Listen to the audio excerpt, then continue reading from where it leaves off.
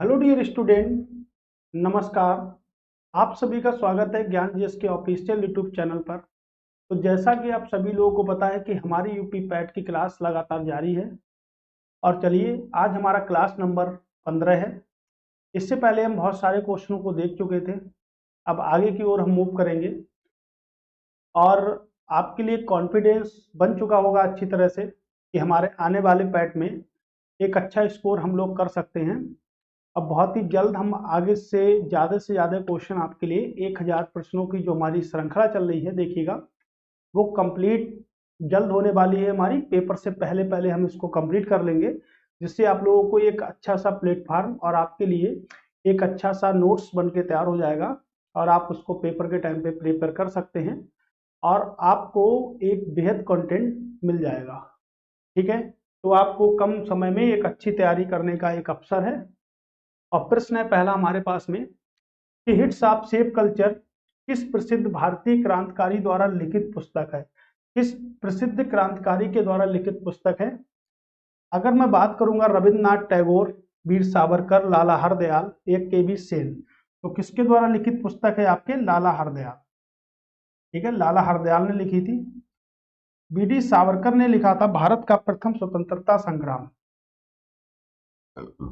भारत का प्रथम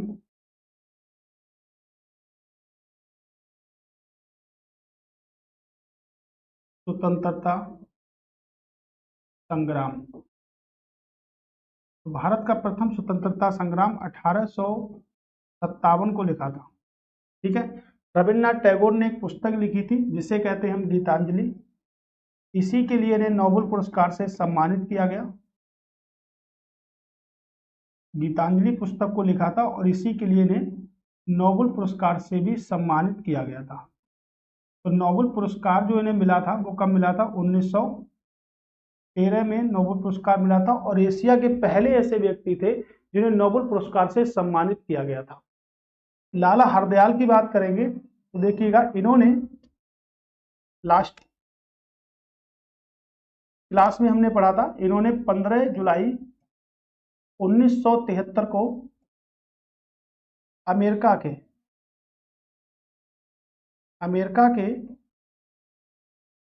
सैन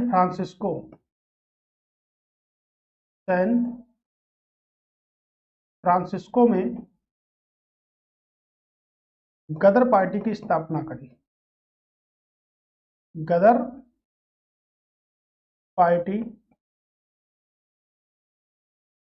की स्थापना की। इसकी गदर पार्टी की स्थापना की। ठीक है, तो लाला हरदयाल ने गदर पार्टी की स्थापना करी थी।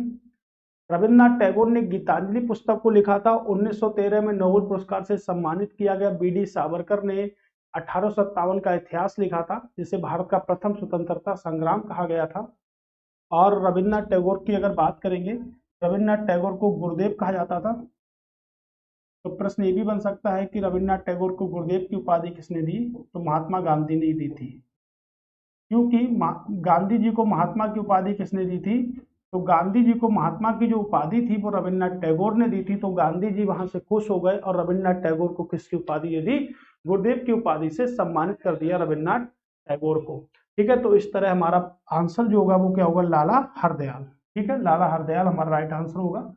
करें, त्रिपुर समिति की स्थापना निम्नलिखित में से किस संगठन के द्वारा की गई थी? किस संगठन के द्वारा की गई थी? Bharatiya Rashtriya Congress, Muslim League, all India depressed class association, या जस्टिस पक्ष।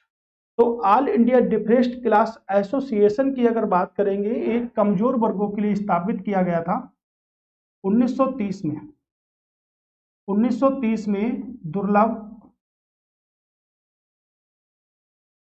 वर्गों के लिए स्थापित किया गया था।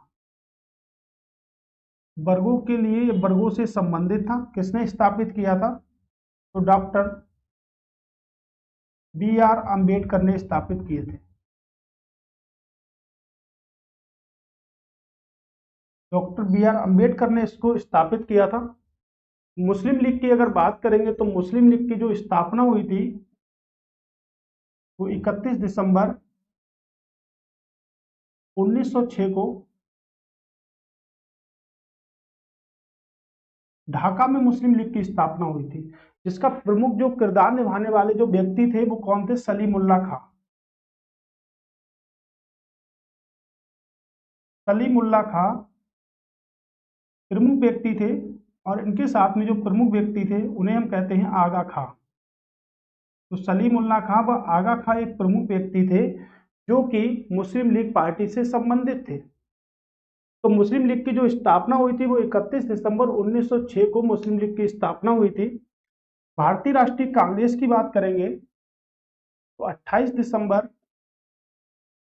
1885 को भारतीय राष्ट्रीय कांग्रेस की स्थापना की गई थी, और स्थापना होने थी पुणे में, लेकिन वहां पर प्लेग फैल गया। इस कारण जो स्थापना जो की गई थी वो कहाँ की गई थी? तेजपाल संस्कृत विश्वविद्यालय, तेजपाल संस्कृत विश्वविद्यालय बंबई में स्थापना की गई थी। कहाँ स्थापना की गई थी? बंबई में। स्थापना होनी कहाँ थी? पुणे में होनी थी, लेकिन फिर हुई कहाँ? बंबई में हुई, क्योंकि पुणे में क्या फैल गया? प्लेग फैल गया। तो अगर बात करेंगे किसने करी, तो ईओ ह्यूम को संस्थापक कहते हैं। ईओ ह्यूम को क्या कहते हैं? संस्थापक कहते हैं। किसका? ठीक है, भारतीय राष्ट्रीय कांग्रेस का संस्थापक कहते हैं। ईओ ह्यूम को क्या कहते हैं? संस्थापक कहते हैं। तो पीपरपुर जो समिति है वो किसकी सहयोगी थी या किस संगठन के द्वारा स्थापित की गई थी? तो मुस्लिम संगठन के द्वारा उसको स्थापित किया गया था। ठीक है, अब देखिएगा, जब भारतीय राष्ट्रीय कांग्रेस की और अगर बात करें तो पहले इसके अध्यक्ष थे डब्ल्यू.सी. बनर्जी। ठीक है, डब्ल्यू.सी. बनर्जी। ठीक है, तो ये जो समिति थी, पीरपुर समिति की स्थापना निम्नलिखित में से किस संगठन द्वारा की गई थी? मुस्लिम लीग के द्वारा। तो मुस्लिम लीग की स्थापना जो हुई थी तो उसी वर्ष इस समिति की भी स्थापना की गई थी 1906 में। उस समिति की भी स्थापना 1906 में ही आपके की गई थी। ओके, अगला प्रश्न है हमारा कि निम्नलिखित स्थानों में अयोध्या पहाड़ी कहां पर स्थित है? अयोध्या पहाड़ियां जो है वो कहां पर स्थित है? पश्चिम बंगाल में, उत्तर प्रदेश, बिहार, उत्तराखंड में। उत्तर प्रदेश में तो ज्यादा पहाड़ियां है नहीं, तो ये तो गलत हो जाएगा, बिहार नहीं हो पाएगा। कहां पर होगा? आपके पश्चिम बंगाल। कहां पर स्थित है? आपके पश्चिम बंगाल में स्थित है। आपके बात करेंगे उत्तराखंड में, तो उत्तराखंड में ज्यादा सी पहाड़ियां है नहीं, लेकिन हिमालय का क्षेत्र आता है उत्तराखंड के अंतर्गत। ठीक है, और बिहार से अलग होकर एक राज्य बना था झारखंड। झारखंड, तो बिहार से अलग होकर एक झारखंड राज्य बना था जिसमें मधुबनी की पहाड़ियां हैं। मधुबनी की पहाड़ियां, या कह सकते हैं पारसनाथ की पहाड़ियां। पारसनाथ की पहाड़ियां स्थित है या मधुबनी की पहाड़ियां स्थित है? ठीक है, बात एक ही है। तो बिहार से अलग होकर एक राज्य बना था झारखंड। राज्य बना कब था? तो राज्य बना था 15 नवंबर 2000। 15 नवंबर 2000 को राज्य बना था बिहार से अलग होकर झारखंड, और उसमें जो पहाड़ियां थी वो थी मधुबनी की पहाड़ियां। और मधुबनी की पहाड़ियों को ही पारसनाथ की पहाड़ियों के नाम से जानते हैं हम, और इन दोनों को हम छोटा नागपुर के पठार के नाम से भी प्रसिद्ध हैं। छोटा नागपुर के पठार से भी क्या है? प्रसिद्ध हैं। तो छोटा नागपुर के पठार से भी इनको हम जानते हैं। उत्तराखंड की बात करेंगे तो नंदा देवी की पहाड़ियां हैं, यानी कि नंदा देवी शिखर है वहां पर। तो नंदा देवी शिखर है आपका। ठीक है, यहाँ पर उत्तर प्रदेश में पहाड़ियां हैं नहीं, तो अयोध्या जो है वो कहाँ पर है? आपके पश्चिम बंगाल में है। ठीक है, तो इसका आंसर क्या होगा आपका? ठीक आंसर क्या होगा? पश्चिम बंगाल। ठीक है, इंपॉर्टेंट है। निम्नलिखित में से बिगाज के समुद्र तट कहां पर स्थित है? पूछ रहा है बिगाज के नाम से किसे जाना जाता है, या कौन सा बिगाज के नाम से जानकारी के लिए इकट्ठा किया जाता है? तो बिगाज किसे कहते हैं? आंध्र प्रदेश को कहते हैं। क्या कहते हैं? आंध्र प्रदेश को कहते हैं बिगाज के नाम से। और आंध्र प्रदेश में कौन सा हमारा है? विशाखापट्टनम। विशाखापट्टनम। ठीक है, तो विशाखापट्टनम है, और यही हमारा क्या है? बिगाज के नाम से जाना जाता है। देखिएगा, भारत की तटीय रेखा जो होती है वो आपके 9 स्टेटों से होकर गुजरती है। कितने? 9 स्टेटों से होकर गुजरती है। जिसकी लंबाई है आपके, ठीक है, 7516.6 किलोमीटर जिसकी लंबाई है। और इसमें सबसे लंबी जो तटीय रेखा गुजरती है वो कहाँ से है, आपके गुजरात से। तो गुजरात से सबसे लंबी तटीय रेखा गुजरती है, ठीक है, इस बात को याद रखिएगा। और जो आपका आंध्र प्रदेश होगा वो आपके किस का भाग होगा, तो आपके कोरोमंडल तट का भाग होगा। किस तट का भाग होगा, कोरोमंडल। तो कोरोमंडल तट का जो अधिकांश हिस्सा जो आपके आता है वो कहाँ पर आता है, आपके तमिलनाडु में आता है, ठीक है। तो अधिकांश हिस्सा तमिलनाडु में आता है, लेकिन अगर हम बात करें, ठीक है, देखिएगा यहाँ से अगर हम बात करें, ये स्टोरी बनाए तो एक इसका पार्ट है, ये आपके बंगाल की खाड़ी यानी कि बे ऑफ बंगाल है। तो बे ऑफ बंगाल की अगर हम यहाँ से बात करें तो ये क्या है, आपका कोरोमंडल का तट है, ठीक है। इधर आपका अरब सागर है, अरब सागर में जो तट स्थित है उसे हम कहते हैं मालाबार का तट। क्या कहते हैं उसे हम, तो उसे हम कहते हैं मालाबार का तट, ठीक है, उसे हम मालाबार का तट कहते हैं। तो याद रखिएगा, मालाबार का जो तट है वो आपके केरल के हिस्से का पार्ट है, लेकिन कोरोमंडल का जो तट है वो आपके तमिलनाडु हिस्से का पार्ट है, ठीक है। ये किस हिस्से का पार्ट है, ये आपके केरल के हिस्से का पार्ट है, ठीक है। किस हिस्से का पार्ट है, तो ये आपके केरल हिस्से का पार्ट है, ओके। चलिए अगला प्रश्न है हमारा कि निम्नलिखित में से कौन सा अम्ल लाल चींटियों में उपस्थित होता है। तो कौन सा अम्ल है तो लाल चींटियों में उपस्थित होता है, malic acid, oxalic acid, formic acid या टैनिक एसिड।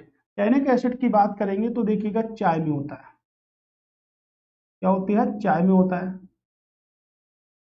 फॉर्मिक एसिड की बात करेंगे तो लाल चींटी, लाल चींटी। अगर चींटी में फॉर्मिक एसिड ना मिलेगा तो मेथेनोइक एसिड, किस एसिड के नाम से जानते हैं, तो मेकेनेट एसिड के नाम से भी इसके जानते हैं। ऑक्जेलिक एसिड की बात करेंगे तो टमाटर में आपके ऑक्जेलिक एसिड होता है, जो पथरी के लिए भी एक पथरी बनाता है मानव शरीर में। मैलिक एसिड की बात करेंगे तो किस में होता है, आपके सेब में होता है, किसमें होता है, सेब में होता है। अगर और भी हम, अब देखिएगा लाल चींटी है तो ऑप्शन आपका सी सही है, हमारा सी आंसर आपका क्या है, एकदम करेक्ट आंसर है सी, ठीक है, इसको याद रखिएगा। अब अगर मैं देखूं इस बात पे कि सिरके में कौन सा एसिड होता है, सिरका, तो सिरके में एसिड जो होगा उसे हम बोल रहे हैं एसिटिक एसिड। क्या बोलते हैं हम, एसिटिक एसिड बोलते हैं। इमली, इमली में जो एसिड आपका होगा उसे टार्ट्रिक एसिड बोलते हैं, ठीक है। नींबू की बात करेंगे तो नींबू में जो एसिड होता है उसे हम बोलते हैं साइट्रिक एसिड। देखिएगा याद रखिएगा, साइट्रिक एसिड। दही में जो एसिड आपका होगा उसे हम बोलते हैं लैक्टिक, लैक्टिक एसिड बोलते हैं, ठीक है। क्या बोलते हैं, लैक्टिक एसिड बोलते हैं। तो ये कुछ आपके इंपॉर्टेंट हैं चार, ये बहुत आते हैं पेपर में, चार ये हो गए आपके और ये हो गए, और आपके पेपर में आते भी हैं, ठीक है। तो इसको याद रखिएगा बिल्कुल अच्छे तरह से, ठीक है, कि कौन सा कहां पर पाया जाता है आपका। तो इस तरह जो हमारा आंसर होगा वो क्या होगा, ऑप्शन नंबर सी। हीलियम को छोड़कर सभी नोबल गैसों के बाहरी आवरण में कितने इलेक्ट्रॉन होते हैं। तो बाहरी आवरण में कितने इलेक्ट्रॉन होते हैं हीलियम को छोड़ने के बाद। तो सबसे पहले तो अक्रिय गैस देखते हैं। तो अक्रिय गैस जो होती है वो कितनी होती है, हमारे पास में 6 होती है। अक्रिय गैस होती है 6, जैसे radon, helium, krypton, xenon, neon, और क्या होगी आपकी आर्गन। ध्यान से समझिएगा इन गैसों के बारे में। हीलियम को छोड़ देते हैं, हीलियम के भारी इलेक्ट्रॉन 2 होते हैं, लेकिन और सभी के कितने होते हैं, तो और सभी के 8 होते हैं, ठीक है। कितने होते हैं, 8 होते हैं। एकमात्र अक्रिय गैस आर्गन, एकमात्र अक्रिय गैस जो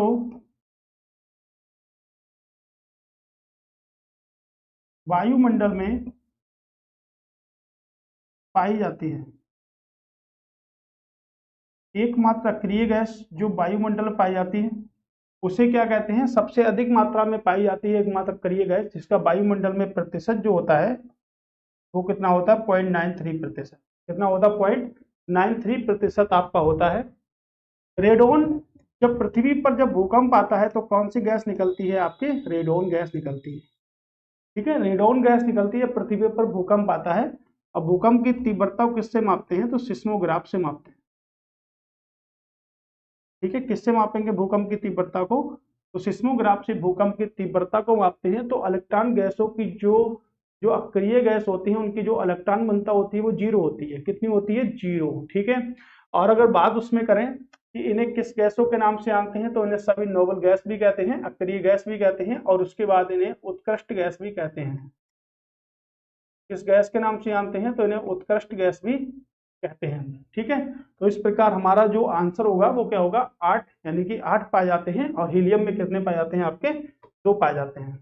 ठीक है, प्रश्न है हमारा, क्या प्रश्न है कि किसी पारिस्थितिकी तंत्र की खाद्य श्रृंखला के संदर्भ में निम्नलिखित में से किसी झील में दूसरा पोषण स्तर कौन सा होता है? तो किसी झील की बात करी जा रही है। झील में क्या होंगे? जंतु होंगे। तो जंतु प्लावक होता है। क्या होता है? ऑप्शन नंबर बी हमारा राइट आंसर है यहां से। ठीक है, निम्नलिखित में से कौन सा विकल्प मिश्रित अर्थव्यवस्था का सबसे उचित रूप से हमें बताता है, व्यक्त करता है? केवल पूंजीवाद को केंद्रित करती है? नहीं करती है। केवल समाजवाद को केंद्रित करती है? नहीं करती है। पूंजीवाद समाजवाद की दोनों की अर्थव्यवस्था को केंद्रित करती है। तो option number C right answer है। क्योंकि भारत की अर्थव्यवस्था कैसी है? तो भारत की अर्थव्यवस्था है मिश्रित। और मिश्रित अर्थव्यवस्था वह होती है जिसमें सार्वजनिक क्षेत्र का भी अस्तित्व हो और दूसरा आपके निजी क्षेत्र का भी अस्तित्व हो। सार्वजनिक और निजी दोनों क्षेत्रों का अस्तित्व होता है, उसे कहते हैं मिश्रित अर्थव्यवस्था। तो भारत की अर्थव्यवस्था किस पे आधारित है? ज्यादा से ज्यादा भारत की अर्थव्यवस्था एग्रीकल्चर पर आधारित है। ठीक है, किस पे आधारित है? आपके एग्रीकल्चर पर आधारित है भारत की ज्यादा से ज्यादा अर्थव्यवस्था। ठीक है, किस पे आधारित है? आपके एग्रीकल्चर पर आधारित है। तो इस प्रकार को देखिएगा। ठीक है, अगला है कि in inquiry into the nature and cause of the wealth of nation. इतना बड़ा प्रश्न लिखा है सिर्फ कंफ्यूज करने के लिए, इसमें कुछ भी नहीं है। इसमें सिर्फ इतना है कि वेल्थ ऑफ नेशन, राष्ट्र की संपत्ति, किस अर्थशास्त्री के द्वारा लिखी गई पुस्तक है। इतना बड़ा किताब का नाम दे दिया कि बच्चा बेचारा कंफ्यूज हो जाए। प्रश्न बना है कि wealth of nation, wealth of nation पुस्तक जो है वो किसकी है? किसकी है? सभी को पता है, एडम स्मिथ की है। किसकी पुस्तक है? एडम स्मिथ को अर्थशास्त्र का, अर्थशास्त्र का जनक कहा जाता है। किसे कहा जाता है? एडम स्मिथ को। अल्फ्रेड मार्शल की बात करेंगे तो नव अर्थशास्त्र का जनक कहते हैं, कि नए अर्थशास्त्र का जनक कहते हैं। ठीक है, नए अर्थशास्त्र का जनक कहते हैं किसको? अल्फ्रेड मार्शल को कहते हैं। ठीक है, एडम स्मिथ को वेल्थ ऑफ नेशन पुस्तक लिखी, यानी कि राष्ट्र की संपत्ति जिसे हम बोलते हैं, उसकी अगर बात करेंगे तो एडम स्मिथ के द्वारा। ठीक है, अगला देखते हैं कि निम्नलिखित में से कौन सा ओजोन क्षयकारी पदार्थ है। तो ओजोन क्षयकारी जो पदार्थ है वो कौन सा है? हाइड्रोब्रोमोफ्लोरोकार्बन, ला, पता नहीं क्या लिखा है, गलत लिखा है, मिथाइल ब्रोमाइड या उपयुक्त सभी। ठीक है, अच्छा ठीक है, तो अगर बात करें तो वैसे तो आपका क्या होगा? आंसर तो होगा उपयुक्त सभी। ठीक है, उपयुक्त सभी आंसर होगा। ओजोन परत जो होती है वो आपके समताप मंडल में पाई जाती है। कहां पर पाई जाती है? समताप मंडल में। तो समताप मंडल में जो ओजोन लेयर होती है, ओजोन लेयर समताप मंडल में पाई जाती है, क्योंकि ये जो लेयर आपका होता है ये सूर्य से आने वाली पराबैंगनी किरणों, सूर्य से आने वाली पराबैंगनी किरणों को अवशोषित करता है। तो सूर्य से आने वाली पराबैंगनी किरणों को अवशोषित करने का कार्य करता है। ठीक है, कौन कार्य करता है? तो आपका ओजोन लेयर कार्य करती है और इस समताप मंडल में पाई जाती है। इस समताप मंडल जो होता है मौसमी घटनाओं से मुक्त होता है। मौसमी घटनाओं से मुक्त होता है। तो मौसमी घटनाओं से क्या होता है? मुक्त होता है आपका। ठीक है, तो उपयुक्त सभी आपका इसका क्या होगा? आंसर होगा। ठीक है, करें वाशिंगटन कन्वेंशन जिसका औपचारिक नाम संक्षिप्त रूप से सिटीज है, निम्नलिखित में से किससे संबंधित है? तो देखिएगा, कीटनाशक से बिल्कुल नहीं, ओजोन रिक्तीकरण से बिल्कुल नहीं, लुप्त प्राय प्रजातियों से संबंधित है। किससे संबंधित है? लुप्त प्राय प्रजातियों से क्या है आपका? संबंधित है। क्या बोलते हैं इसको? सिटीज के नाम से इसको हम जानते हैं। कहना बीटा कोशिकाएं संबंधित हैं। बीटा कोशिकाएं किससे संबंधित है? ये प्रश्न है, बताइएगा आप लोग।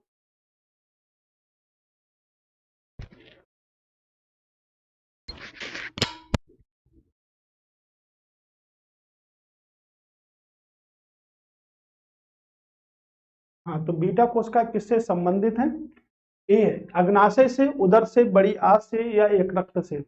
अब मैं अगर बात करूंगा अग्नाशय की, तो मानव शरीर की, देखिएगा, मानव शरीर की, मानव शरीर की दूसरी सबसे बड़ी ग्रंथि, इंग्लिश में बोले तो हम इसे क्या बोलते हैं? तो इसे हम बोलते हैं पैनक्रियाज। ठीक है, क्या बोलते हैं हम इसे? पैनक्रियाज। तो मानव शरीर की सबसे बड़ी ग्रंथि यानी कि पहली बिगेस्ट ग्रंथि कौन सी होगी? तो लीवर। क्या बोलते हैं हम इसे? लीवर। लीवर में जो प्रोटीन होता है इसे कहते हैं हेपेरिन। तो हेपेरिन जो प्रोटीन होता है वो कहाँ पाया जाता है? आपके लीवर में पाया जाता है। ठीक है, हेपेरिन प्रोटीन कहाँ होता है? आपके लीवर में होता है। इस बात को याद रखिएगा। ठीक है, मानव शरीर की सबसे बड़ी ग्रंथि। तो जो कोशिकाएं होती हैं लैंगरहैंस की कोशिकाएं होती हैं, और लैंगरहैंस में 3 प्रकार की कोशिकाएं होती हैं, अल्फा, बीटा और गामा। तो किसमें होगा आपका? अग्नाशय में होगा। किसमें होगा? अग्नाशय में होगा। दर्पण का वह भाग जहां से प्रतिबिंब वास्तविक में स्थित होता है के रूप में क्या जाना जाता है? क्या कहते हैं? क्या कहते हैं? फोकस कहते हैं, अपचर्च कहते हैं, वक्रता का केंद्र कहते हैं, क्या कहते हैं? Option number B. क्या कहते हैं? Option number B. ठीक है, एक उत्तल दर्पण होता है और एक होता है आपका अवतल दर्पण। उत्तल लेंस और दूसरा कह दें अवतल लेंस। तो बहुत कंफ्यूजन रहता है कि उत्तल लेंस किस दोष के लिए होगा, अवतल लेंस किस दोष के लिए होगा। ये बहुत बड़ा कंफ्यूजन रहता है हमारे पेपर के लिए। तो देखिएगा, ऊ मतलब कहाँ? दूर जा रहे हो तो दूर दृष्टि दोष के लिए किस लेंस का प्रयोग करेंगे? उत्तल लेंस का प्रयोग करेंगे। निकट दृष्टि दोष के लिए तो आपके लिए पता ही चल गया, निकट दृष्टि दोष के लिए किसका प्रयोग करेंगे? ठीक है, अवतल लेंस का प्रयोग करेंगे और दूर दृष्टि दोष के लिए उत्तल लेंस का प्रयोग करेंगे। ठीक है, मूल प्रस्तावना में भारत को किस नाम या किस प्रकार से राज्य बनाने का संकल्प लिया गया था? मूल प्रस्तावना में संपूर्ण प्रभुत्व, लोकतंत्रात्मक गणराज्य या उपयुक्त सभी। इतना सरल प्रश्न है संविधान से भाई, उपयुक्त सभी से लिया गया है। 42वां संविधान संशोधन, 42वां संविधान संशोधन 1976 आ गया। क्या आया? संविधान संशोधन। तो 42वां संविधान संशोधन 1976 को मिनी कॉन्स्टिट्यूशन यानी कि लघु संविधान के नाम से जानते हैं, या लिख सकते हैं। क्या कहते हैं इसको हम? तो इसको हम कहते हैं मिनी कॉन्स्टिट्यूशन कहते हैं। तो मिनी कॉन्स्टिट्यूशन कहते हैं हम इसको। ठीक है, तो मिनी कॉन्स्टिट्यूशन अगर हम इसको कहते हैं, तो आप एक बात बताइएगा, इसमें कई सारे संशोधन किए गए होंगे और इसमें संविधान की जो प्रेम्बल था, जो प्रस्तावना थी, उसमें एक बार संशोधन किया गया। कितनी बार संशोधन किया गया? ओनली 1 बार, और 1976 में किया गया। ठीक है, 1976 में किया गया था। कौन कौन से शब्द जोड़े गए थे? पथ निरपेक्षता,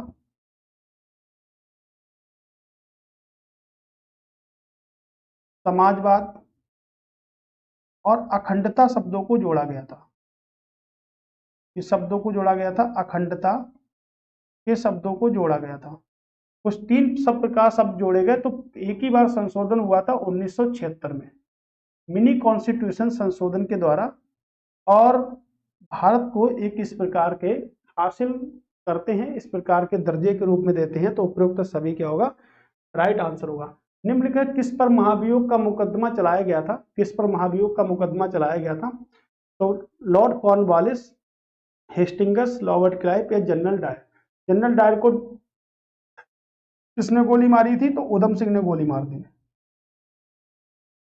किसने गोली मारी थी? तो उधम सिंह ने गोली मारी थी जनरल डायर को। रॉबर्ट क्लाइव को बंगाल का गवर्नर कहते हैं, यानी कि बंगाल का, देखिएगा, बंगाल का पहला गवर्नर कहते हैं। महाभियोग किस पे चलाया गया था? वॉरेन हेस्टिंगस पे चलाया गया था। इन्हें सिविल सर्विस का जनक कहते हैं, सिविल सेवा का जनक, सिविल सेवा का जनक। दूसरा, स्थायी बंदोबस्त, प्रथा लागू करने का जो श्रेय जाता है वो किसको जाता है? 1793 में जो स्थायी बंदोबस्त की जो प्रथा लागू की थी वो किसने की थी? लॉर्ड कॉर्नवालिस ने। बंगाल का पहला गवर्नर रॉबर्ट क्लाइव को कहा जाता है। और वारन हेस्टिंगस पर कोलकाता के हाई कोर्ट में क्या चलाया गया था? मुकदमा चलाया गया था वारन हेस्टिंगस पर। ठीक है, तो वारन हेस्टिंगस पर मुकदमा चलाया गया था कोलकाता पर। ओके, अगला प्रश्न है कि सर्क निम्नलिखित में से किस स्थलाकृति है? किसकी स्थलाकृति है? ठीक है, प्रवाहित जल की है, हवा की है, समुद्र की है, हिमनद की है? तो किसकी है? आपकी हिमनद की है। ठीक है, याद रखिएगा, ऑप्शन नंबर डी क्या है? हिमनद की है ये स्थलाकृति। उस स्थिति को क्या कहेंगे जब ना तो अल्नीलो है और ना ही अल्नीलो की स्थिति होगी? ठीक है, क्या कहेंगे उसे? तो उसे कहेंगे तटस्थता। ओके, ऑप्शन नंबर डी उसे कहते हैं, याद रखिएगा इस बारे में। ठीक है, कह रहा है भारत में ब्रिटिश शासन की आर्थिक नीतियों के कारण क्या थे? तो भारत में ब्रिटिश शासक की आर्थिक नीतियों का कारण क्या था? भारत का औद्योगिकरण हुआ? नहीं। प्रति व्यक्ति आय में वृद्धि हुई? नहीं हुई। कृषि का व्यवसायीकरण हुआ? बिल्कुल। कृषि का व्यवसायीकरण हुआ, ये बिल्कुल ठीक है। भूमिहीन मजदूरों की संख्या में कमी हुई? नहीं, बढ़ोतरी चली गई। ये भी गलत है। तो क्या होगा? ऑप्शन नंबर डी, नहीं, ऑप्शन नंबर सी हमारा राइट आंसर होगा, ऑप्शन नंबर सी। ठीक है, कह रहा भक्ति आंदोलन किस शताब्दी में शुरू हुआ था? तीसरी, सातवीं, आठवीं या नवीं? तो भक्ति आंदोलन जो शुरू हुआ था वो अलवर और नायर संतों के द्वारा शुरू किया गया था। संतों के द्वारा शुरू किया गया था। कब शुरू किया गया था? 7वीं शताब्दी में, और भारत के दक्षिण भारत में शुरू किया गया था। तो प्रश्न ये भी पूछा सकता है कहां पर शुरू किया गया था? दक्षिण भारत में। इसने शुरू करने के लिए सबसे पहले भक्ति आंदोलन के प्रवर्तक के रूप में किससे जाना जाता है? रामानुजाचार्य, रामानुजाचार्य को माना जाता है। लेकिन अगर महाराष्ट्र में भक्ति आंदोलन की बात करें तो किसे जाना जाता है? महाराष्ट्र के लिए ज्ञानेश्वर को। लेकिन महाराष्ट्र में भक्ति आंदोलन के प्रचारक के रूप में ज्ञानेश्वर को जाना जाता है, संत ज्ञानेश्वर को।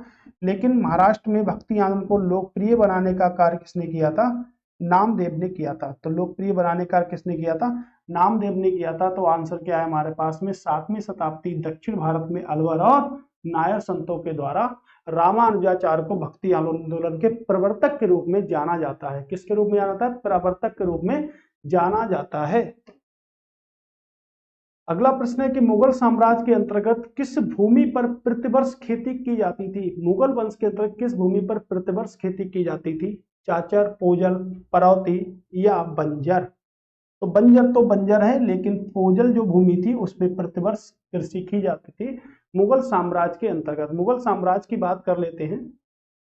तो मुगल साम्राज्य जो था आपका, वो कब से कब तक आया था भारत में? देखिएगा, मुगल साम्राज्य का अगर हम अस्तित्व देखें तो 1526 से लेके 1727, सॉरी 1707 तक, यानी कि 3 मार्च 1707 तक औरंगजेब के शासन काल में। लेकिन मुगल जो सम्राट रहे थे वो कब तक रहे थे? तो मुगल सम्राट जो रहे थे वो आपके समथिंग में 1857 की क्रांति तक रहे थे।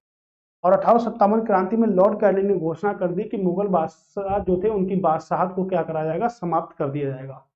ठीक है, तो जब पहला अगर बात करें तो पहला शासक कौन था? बाबर।